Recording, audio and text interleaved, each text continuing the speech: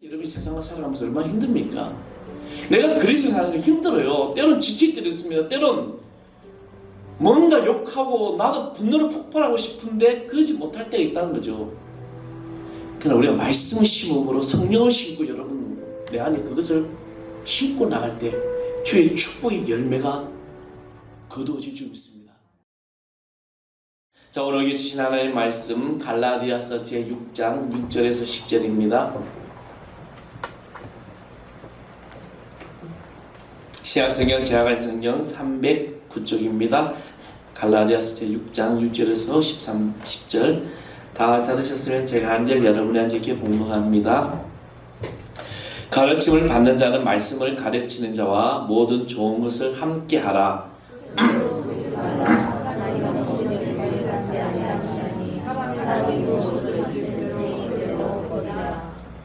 자기의 육체를 위하여 심는 자는 육체로부터 썩어질 것을 거두고 성령을 위하여 심는 자는 성령으로부터 영생을 거두리라.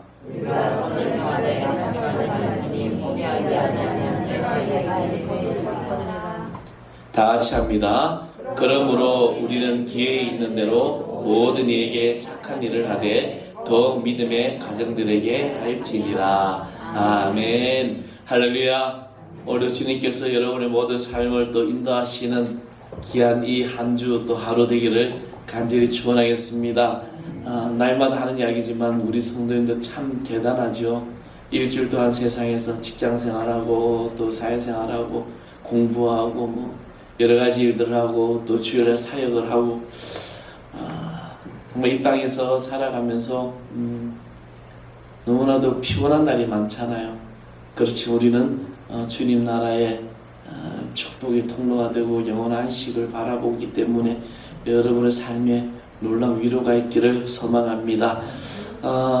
만약에 여러분 자신의 10년 후에 내 모습이 어떤 모습으로 변할지 궁금하지 않으십니까? 어제 정말 제가 거의 18년 만에 만난 목사님이 계셨는데 세월이 흐르면서 이제 그 목사님을 보면서 참 많이 흘렀지만 그래도 여전히 변함이 없고 그 모습이 있더라는 것을 이제 보게 됩니다. 우리가 만약 10년 내가 어떤 모습으로 변화될 것이다.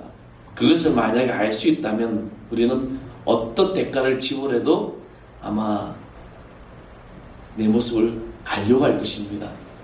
로마서 속담에 만약에 사람이 5분 후의 일을 정확히 알 수 있다면 2주간이 못 되어서 세계를 지배할 수 있는 지배자가 될 것이다 라는 그런 말이 있습니다. 사람들은요 내일 이 미래에 대한 호기심을 공통적으로 가지고 있다는 것입니다. 그래서 어느 시대나 어느 나라이든지 항상 이 균융화복이었다는 그런 것을 찾고자 하는 사람들이 많다는 것입니다. 그래서 점쟁이들이 반드시 있다라는 것이죠. 이 정치인 업종이 가장 번성한 곳이 개방화되고 그리고 근대화를 이룬 근대적인 그런 삶을 살고 있는 이 중국의 북경이 세계적으로 굉장히 많이 이 점집이 많이 있다고 합니다. 심지어는 미신 타파를 외쳤던 김일성조차도 무슨 행사를 앞두고 항상 이 점을 쳤다는 그런 기록이 있습니다. 언젠가 한 선교회에서 조사한 바에 의하면 한국 국민의 많은 사람들이 어떤 일을 하기 전에 점수가의 말을 참고로 한다는 조사 결과가 발표됐다는 것입니다. 왜 이럴까요? 이것은 우리가 내일에 대한 모두의 기대와 두려움이 어느 민족, 어느 문화, 어느 어떤 단체 속에서 큰 관심사가 된다는 것입니다. 아마 여러분도 마찬가지 그죠? 옛날에 이제 서울의 이제 미아리라는 곳이 점집이 굉장히 무당들이 많았습니다. 근데 그 무당에 찾아오는 중에 교인들 교회 다닌다는 사람들도 많이 왔다는 거죠. 심지어는 목사도 오더라는 이야기를 들은 적이 있습니다. 뭔가 미래에 대해서 불안하고 어떤 것을 알고자 하는 자들이 그렇게 많다는 것이죠. 그럼 저는 오늘 여러분 10년 후에 여러분이 어떤 사람으로 되어 있을지 정확하게 말씀드릴 수 있습니다. 그렇다고 제가 여러분 예언자나 여러분 딱 보고 너 10년이 이렇게 될게요 그런 예언자나 어떤 예언가도 아닙니다. 그러나 말씀에 비추어 알 수 있다는 것입니다. 그것은 지금 여러분이 무엇을 심고 있는가에 달려있다는 것이죠. 여러분 심고 심는 것의 종류에 따라서 10년 후에 이 열매가 결정된다는 겁니다. 지금 내가 무엇을 심느냐, 오늘 설교 제목이 심과 거둠이라는 겁니다. 성경은 분명히 그렇게 말하고 있습니다. 사람이 무엇으로 심든지 그대로 거두리라. 그치, 우리는 이런 말이에요. 심은 대로 거둔다는 말이지 않습니까? 그죠? 곡식을 심으면 곡식이 나는 것이고, 감자를 심는데 고구마가 나지 않는 것입니다. 심은 대로 거둔다. 이것은 영원한 하나님의 이 창조의 질서이고 하나님의 법칙입니다. 그래서 이것을 벗어날 사람은 아무도 없습니다. 지금 이 자리에 앉아있는 내 자신의 모습, 여러분 모습을 스스로 한번 보시길 바랍니다. 내 믿음, 내 신앙, 내 육체, 정신 등 이 모든 것들이 긍정적이든 부정적이든 좋은 습관이든 나쁜 습관이든 지금 내가 심었던 그 결과로 지금 내가 되어져 있다는 것입니다. 그러니까 내가 과거에 어떤 것을 심었기 때문에 지금 현재 이 결과가 나온 겁니다. 그러므로 지금 심는 것이 앞으로 여러분 1년, 5년, 10년 후에 반드시 결실을 맺어오게 됩니다. 그래서 이 시간이 중요한 거예요. 지금 이 삶의 순간. 이것은 반드시 하나님 앞에서 우리의 삶의 결실을 보여드리게 된다라고 성경은 약속하고 있다는 것입니다.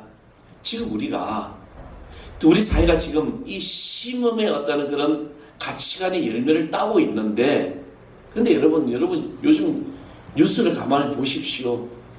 자기 자녀를 다치겠다고 해서 선생님을 집요하게 괴롭히고, 철부지 아들이 돈 때문에 게임비 안 준다고 부모를 살해하고 불지르고 집을 불지르고 묻지마 사는 대로 일어나고, 그리고 10대들의 흉악한 범죄가 우리 주변에도 너무나도 많이 일어나고 있습니다. 결혼도 돈에 의해 좌우되고 자녀들로 좋은 직장, 좋은 학교에 들어가는 것도 돈 때문이고, 돈 때문에 신앙생활하고 돈을 위해서 청소년들의 이 가치관들이 철저하게 파괴되어 있는 이 모든 것들이 사람들이 많이 있다는 겁니다. 이런 행위는 악의 가치관을 심었기 때문입니다. 이럴 때 우리의 신앙생활에 이런 무서운 악의 가치관에 벗어날 수 있는 가장 좋은 방법이 있다면 그것은 무엇일까? 우리는 이론적으로 너무나도 잘 알고 있습니다. 바로 말씀을 심는 거예요. 주의 말씀. 우리 믿음의 성도들이 이 악의 가치관의 열매를 따는 이 사회에서 온전한 길을 가고자 한다면 좋은 열매를 거둘 수 있고 하나님께 인정하신 열매를 따는 유일한 길이 뭐냐? 바로 말씀을 심는 것입니다. 주의 말씀을 심는 거예요. 그 어느 것으로 안 됩니다. 좋은 교육, 좋은 환경, 뭐 좋은 거 다 사주고 해달라는 거 다 해주고 아니에요. 착각하지 마십시오. 내가 아무리 내 자녀에게 좋은 것을 해주고 너 해달라고 다 해주고 내가 원하는 거 다 해줬다 해도 그 자녀의 마음에 그들의 말씀이 뿌리 박히지 않으면 결코 헛되다는 겁니다. 무엇을 먼저 심어줘야 되냐? 말씀이라는 것이죠. 그 어느 것으로도 과학으로도 도덕으로도 안 됩니다. 오직 말씀으로만 심을 때만 가능하다는 것입니다. 그러면 이 말씀을 온전히 심기 위해서 어떻게 해야 됩니까? 오늘 본문에 이야기를 하죠. 가르침을 받는 자는 말씀을 가르친 자와 모든 것을 좋은 것을 함께 하라는 겁니다. 가르침을 받는 자와 가르치는 자와 가르침을 받는 자와 모든 것을 좋은 것을 함께 하라. 어떤 분이 함께 하라. 이건 코이노니아, 이 교제라고 이야기를 하는데, 친교라고 이야기를 하는데, 이 말을 도와주라는 뜻으로 번역하는 분도 있습니다. 그래서 배우는 사람은 스스로 스승이 목회자를 도와주라는 그런 해석도 하는 분도 있습니다. 물론 그런 뜻이 될 수도 있어요. 그런데 이것을 가만히 더 깊게 들어가면 그보다 더 중요한 의미는 말씀을 받는 자가 가르치는 자와 더불어 모든 것을 함께 나누라는 겁니다. 다시 말하면 저와 여러분이, 제가 오늘 말씀을 가르치고 아니 여러분도 그 말씀을 받아들인다면 우리는 함께 나누는 겁니다. 삶에 함께하는 공동체가 되는 것입니다. 나누는 거죠. 왜 이런 말씀하셨을까? 우리들이 어릴 때 어른들은 보통 이제 보통학교라 그러죠. 우리 옛날 우리 아버지 세대는 보통학교라고 그러고 저희들은 뭐라고 어떤 세대 국민학교라고 그러고 지금은 초등학교라고 그럽니다. 아이들이. 그죠? 이 국민학교도 일제 잔디에서 노는 거죠. 근데 그때만 해도 이제 우리가 중학교만 올라가면은 좋은 게 뭐냐면 초등학교 국민학교 선생님은 모든 과목을 다 가르쳐요. 그러니까 담임 선생님이 음악, 미술, 영어, 국어, 뭐 산수 다 가르쳤잖아요. 근데 중학교 딱 가니까 선생님이 바뀝니다. 수학을 전문하는 선생님, 뭐 영어를 전문하는 선생님. 근데 나는 수학이 너무 하기 싫어요. 근데 수학 선생님 너무 좋아. 너무 이뻐. 그래서 수학 시간만 되면 기다려지는 겁니다. 왜 그럴까요? 그 과목은 좋지 않지만 선생님이 좋으니까, 선생님이 잘해주니까. 그렇죠? 마찬가지로 우리가 신앙생활을 해도 이 말씀을 가르친다와 같은 마음으로서 나아갈 때, 그 마음이 한결 같이 갈 때 우리 신앙이 바로 자라는 길이 된다는 것입니다. 저와 여러분이, 물론 여러분이 보시기에 제가 못생겼을지 모르겠지만, 여러분, 제가 제 나이에 비해서 굉장히 젊습니다.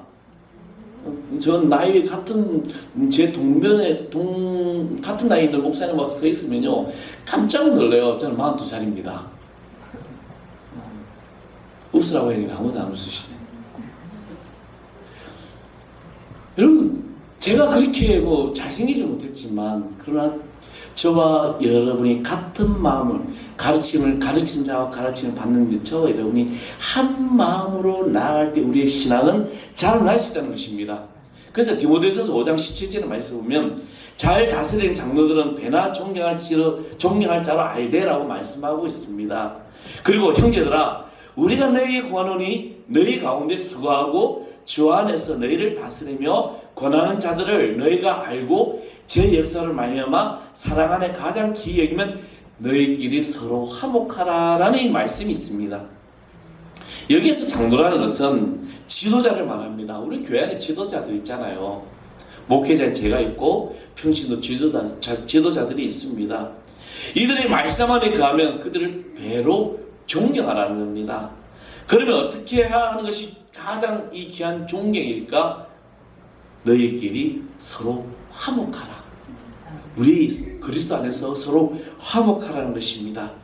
우리 믿음의 백성들은 하나님의 말씀을 잘 받아야 합니다. 여러분, 주신 말씀을 잘 받아야 돼요. 전해진 말씀이 열매 맺는 옥토밭이 되기를 우리가 늘 가꾸고 노력해야 된다는 겁니다. 이 귀한 날씨가 달려왔잖아요. 그죠? 몇 시간을 타고 기차를 타고 참 저희 우리 교회는 너무 감사하죠. 저는 우리 교회 나가서 우리 지방 목사님들 아니면 우리 동기 목사들한테 자랑합니다. 우리 교회 청년들은 다 교회 달려온다고, 심지어 2시간 넘게 버스 타고 온다고, 주일이면 꼭 온다고 자신 있게 이야기를 해요. 아멘. 얼마나 기특합니까? 제가 그러죠. 안 오면 죽지 이러죠. 안 오면 죽지. 얼마나 감사하죠. 이 귀한 시간 달려왔잖아요.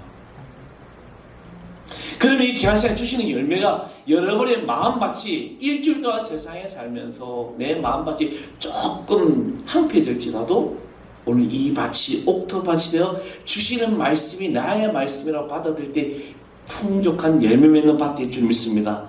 가끔 이런 생각하는 분이 있어요.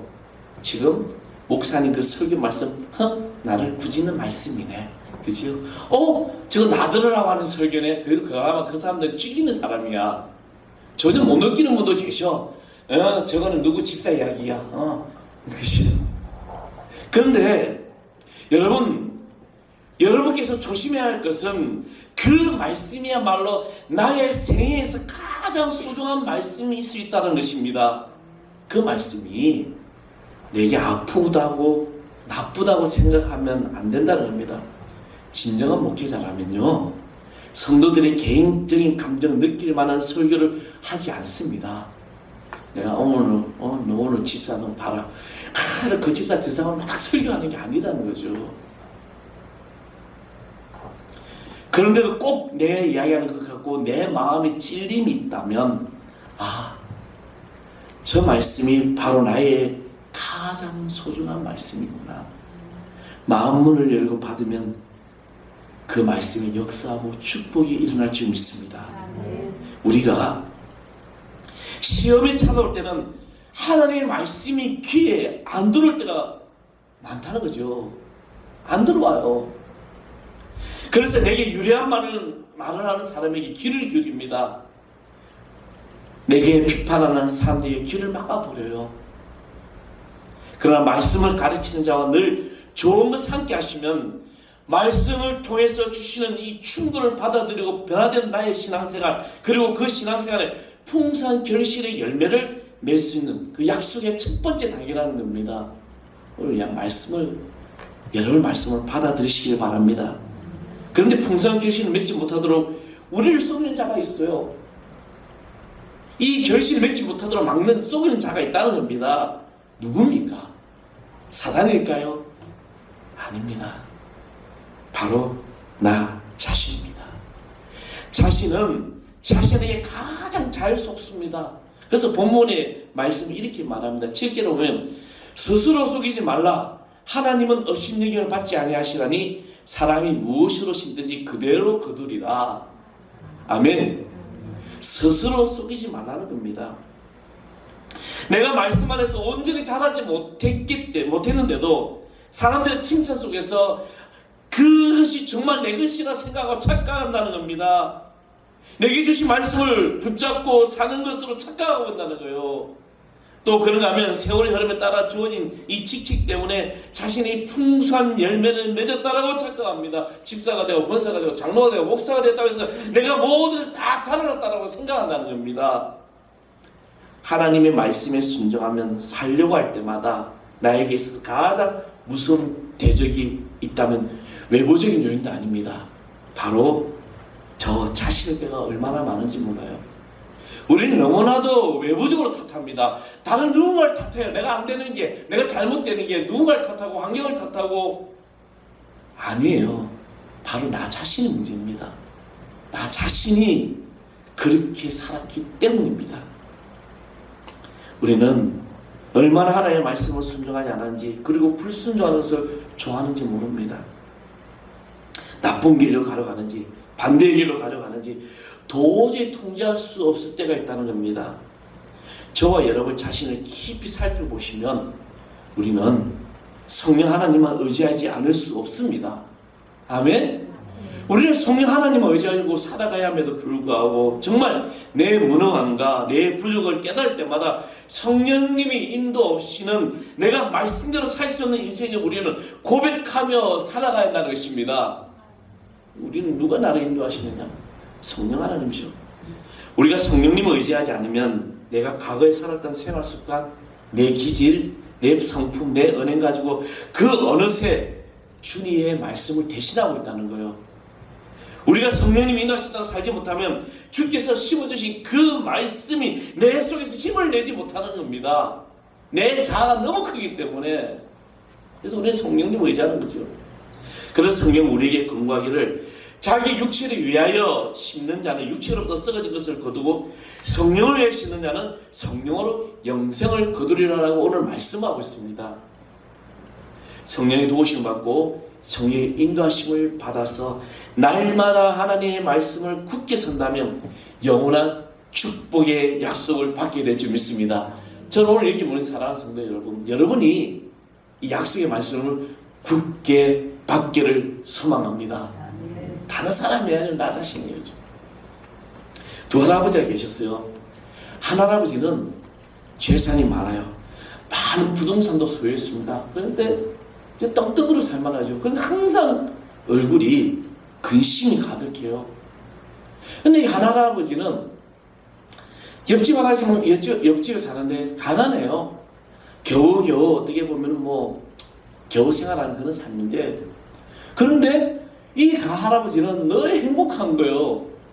늘 싱글벙글하고, 그죠? 여러분, 우리가 인간적으로 볼 때 가진 자가 더 행복해 보일까요? 없는 자가 행복해 보일까요? 여러분, 도둑놈이 행복할까요? 부자가 행복할까요? 아니, 거지가 행복할까요? 부자가 행복할까요? 거지가 행복하대요. 왜? 잊어버릴 게 없기 때문에. 그치? 그런데 이 잘 사는 집 할아버지 손자가 묻습니다. 이 부자 할아버지 손자가 할아버지는 큰 집도 있고 재산도 많은데 왜 옆집의 가난한 할아버지보다 즐겁지 않으십니까? 라고 묻습니다. 근데 이 할아버지가 이렇게 대답을 합니다. 그 사람이야 자기가 쌓아둔 보물이 있는 곳으로 그 인생을 가지만 나는 내가 쌓은 이 보물을 떠나가는데 얼마나 슬프지 않겠느냐. 지금 이것을 두고 가려니 슬프다는 거죠. 여러분의 보물은 어디에 있습니까? 여러분 가장 귀한 보물 어디에 있습니까?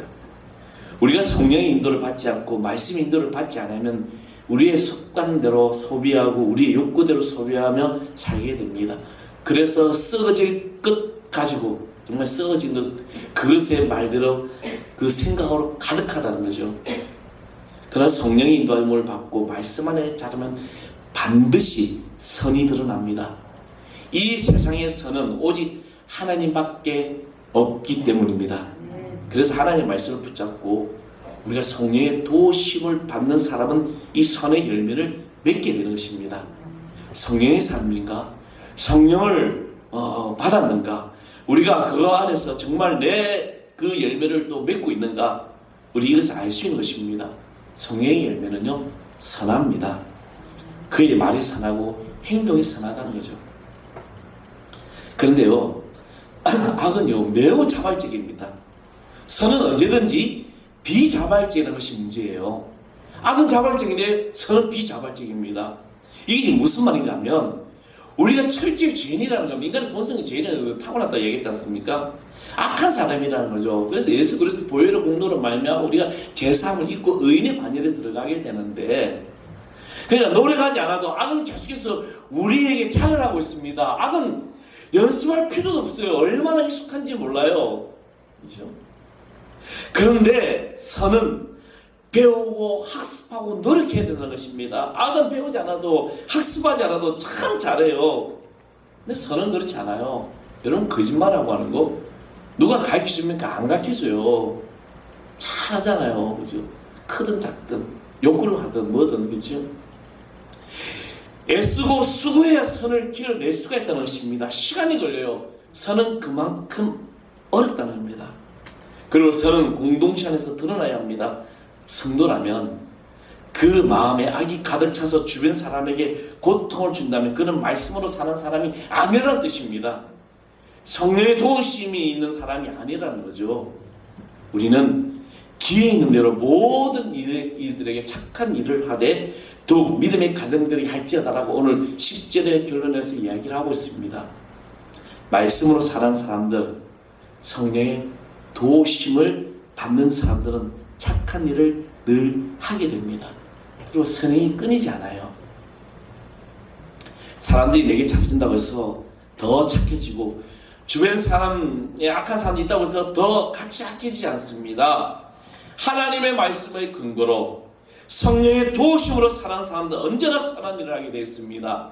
오늘 저와 여러분 우리 자리에 우리는 성령의 도우심으로 하나님의 말씀을 심는 자로서 하나님의 선한 능력이 나타나는 주의 자녀 될 줄 믿습니다. 그래서 믿음의 가정들에게 더욱 화목하라는 겁니다. 특별히 함께 신앙생활을 우리 그리스도 안에 있는 자들이 서로 화목하지 아니하고 선행하지 않는다면 어떻게 안 믿는 사람들에게 화목해 나갈 수 있는 것이죠. 우리는 우리 주변의 이 구체적인 사람들을 먼저 사랑해야 돼요. 바로 내 주변, 내 옆에 있는 사람. 성경은 우리에게 내 주변 사랑하라고 말씀하셨습니다. 내 친족을 사랑하지 않는 것은 악한 자보다 더 못된 것이라고 주님께서 말씀하셨어요. 여러분의 부모를 사랑하고 여러분 자녀를 사랑하고 가족들을 사랑하고 그리스도의 친구를 사랑하고 우리 믿음의 공동체를 서로 사랑하면서 주변에 있는 구체적인 사람들부터 사랑해 나아가면서 선으로 심어진 아름다운 삶의 공동체가 될 수 있는 그런 삶이 드러나야 될 줄 믿습니다. 우리 특별히 이 믿음의 식구들, 교회 안에 있는 식구들, 이는 사람은 선한 사람으로 착한 사람으로 여러분의 삶이 드러내야 된다는 것이죠. 며칠 전에 한 목사님하고 이런저런 이야기를 하다가 이제 어떤 성도님이 이제 그 교회에 2주나 왔다는 거예요. 근데 목사님 애탄 거죠. 두지나 왔으니까 그 더운 날 시골 교인데 그래서 이번 주 잡아야 되는데 딱 두주도가 안 오더라는 거죠. 근데 목사님이 안타까운 게 그런 거죠. 그분들이 올 때마다 그 누구 한 사람도 반갑게 맞이하고 인사하고 아는 척을 안 하더라는 거예요. 그냥 오면 오는가 보다 가면 가는 거다 잘가 뭐 잘가도 안 하더라는 거죠. 너무 목사님 마음이 속상하더라는 거죠. 한 영혼이 전에 달려나왔을 때 우리는 사랑의 공동체가 되어야 될 줄 믿습니다. 저 사람 누구야? 이게 아니고 사랑합니다. 안녕하세요. 우리 연습해 봅시다. 안녕하세요. 웃으면서 해봐요. 환영. 교회 안에서 반긋반긋해야죠. 그래야 여기서 반긋반긋하고 우리 서로 이 안에서 서로 사랑해야만이 밖에 나가서 웃는 거죠. 여러분 담임 목사가 어디 가서 항상 듣는 이야기가 있습니다. 뭔지 아세요? 목사님 항상 웃고 목사님 항상 힘있게 보인대. 왜요? 싫으시오? 저거 싫은 거예요. 항상 아무리 힘들어도 아무리 해도 늘 저는 되게 뭐 십몇 년 몇 년마다 전화하는 분들이 계세요. 계속 아우 할렐루야 집사님 그러면 목사님은 지금이나 예전에 변함없다고 항상 목사님하고 전화 통화하면 힘이 난대. 그렇죠. 믿음 안에 서로 화목하고 우리가 서로 공동체로 사랑해야 될 줄 믿습니다.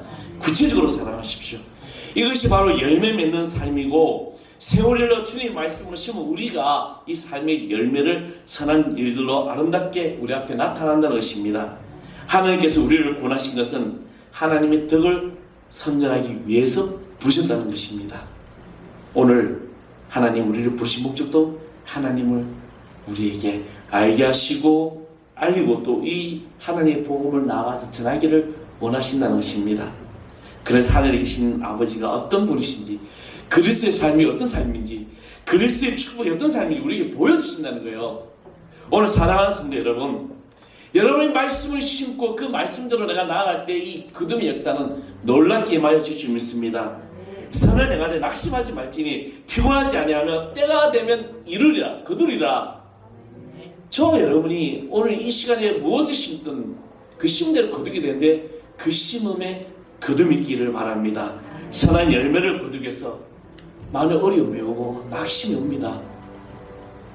여러분 삶을 살아가면서 그리스도인으로 산다는 거 힘들어요. 내가 예수 믿으니까 더 조심해야지. 며칠 전에 제가 박영수 목사님의 어떤 그 설교 듣는데 제가 이 대표적으로 듣는 목사님 설교 중에 하나가 분당 이창준 목사님 설교, 유수 목사님 설교, 또 옥하는 목사님 설교 그런데 박영수 목사님 설교도 가끔 듣습니다. 그분이 이런 이야기를 했습니다. 한국 교회 특징이 뭐냐? 한국 교회 특징이 이제 전 세계도 없는데 그것은 술 담배를 하면 안 되는 거고 그리고 또 어떤 새벽기도 어떤 이야기를 하면서 우리는 술 담배는 구원의 문제는 아니라는 거죠. 근데 왜 이걸 하지 말아야 되냐? 나의 이 행동을 통해서 세상 사람들에게 예수 믿는 사람들에게 안 좋은 모습이 보이기 때문에 한국의 정서는 교회 다니는 사람들이 예수 믿는 사람들이 술 담배 하는 것이 아니라고 인식되어 있기 때문에 그렇다면 우리가 그리스도인으로서 본을 보여야 하는 겁니다. 그래서 여러분이 세상을 살아가면서 얼마나 힘듭니까? 내가 그리스도 사는 게 힘들어요. 때론 지칠 때도 있습니다. 때론 뭔가 욕하고 나도 분노를 폭발하고 싶은데 그러지 못할 때가 있다는 거죠. 그러나 우리가 말씀을 심음으로 성령을 심고 여러분 내 안에 그것을 심고 나갈 때 주의 축복의 열매가 거두어질 줄 믿습니다. 그래서 우리는 날마다 예수의 이름으로 일을 쓸 수 있는 거죠. 예수 이름으로 여러분 삶의 모든 것을 거두어진 축복이 우리 가운데 임하여 주실 줄 믿습니다. 그래서 일주일 동안 또 세상에 살면서 또 명절에 고향 오고 가가는 분도 계시고 또 시부모님을 만나는 분도 계시겠지만 시부모 시자만 들어도 싫다지만 우리가 그리스도의 사랑으로 말씀을 심고 참 사랑을 전할 수 있는 하나님의 자녀 되기를 간절히 축원하겠습니다.